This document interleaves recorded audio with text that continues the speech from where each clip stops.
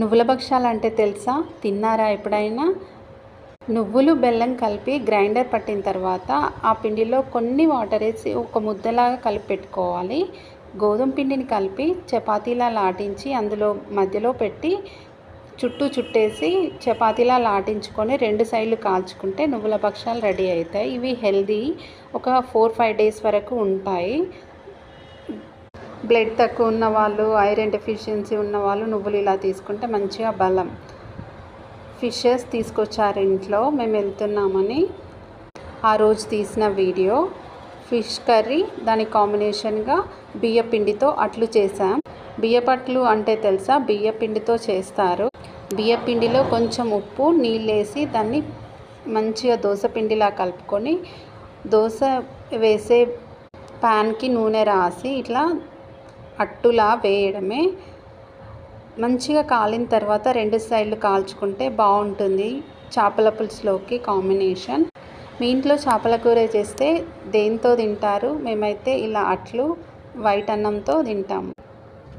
బియ్యపట్లు ఊళ్ళలో రెగ్యులర్గా చేసుకునే టిఫిన్. ఇప్పుడు దోశలకు అలవాటు అయ్యాం కానీ ఒకప్పుడు ఈ అట్లు, సరపిండి, బియ్యపు రొట్టె, జొన్న రొట్టె ఇవే చేసేవాళ్ళు మా ఇంట్లో. ఇప్పుడు ఇడ్లీలు, దోశలు ఎక్కువగా తింటున్నాం అందరం. మీ ఇంట్లో ఏవి తింటారు? ఇడ్లీ, దోశలా? ఇట్లా బియ్యపు పిండితో చేసే చపాతీలు, అట్లువా?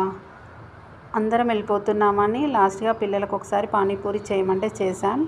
పానీపూరి, అందులోకి ఆలు బఠానీతో స్టఫ్ చేసాం. ఆనియన్ కట్ చేసి ఇచ్చి ఇట్లా పిల్లలందరికీ స్టఫ్ చేసి ఇచ్చాం. చాలా ఎంజాయ్ చేస్తూ తిన్నారు. మీరు చేస్తారా ఇంట్లో పానీపూరి? మేము రెగ్యులర్గా ఇంట్లోనే ఎక్కువ చేసి పెడతాం పిల్లలకి, బయట దానికంటే. పానీపూరిలోకి వాటర్ మంచిగా రావాలి. పుదీనా, కొత్తిమీర కలిపి గ్రైండ్ చేసి వడకట్టింది. చాలా బాగా వచ్చింది. పిల్లలు అన్నీ తినేశారు. మీరు చేస్తారా ఇంట్లో పానీపూరి?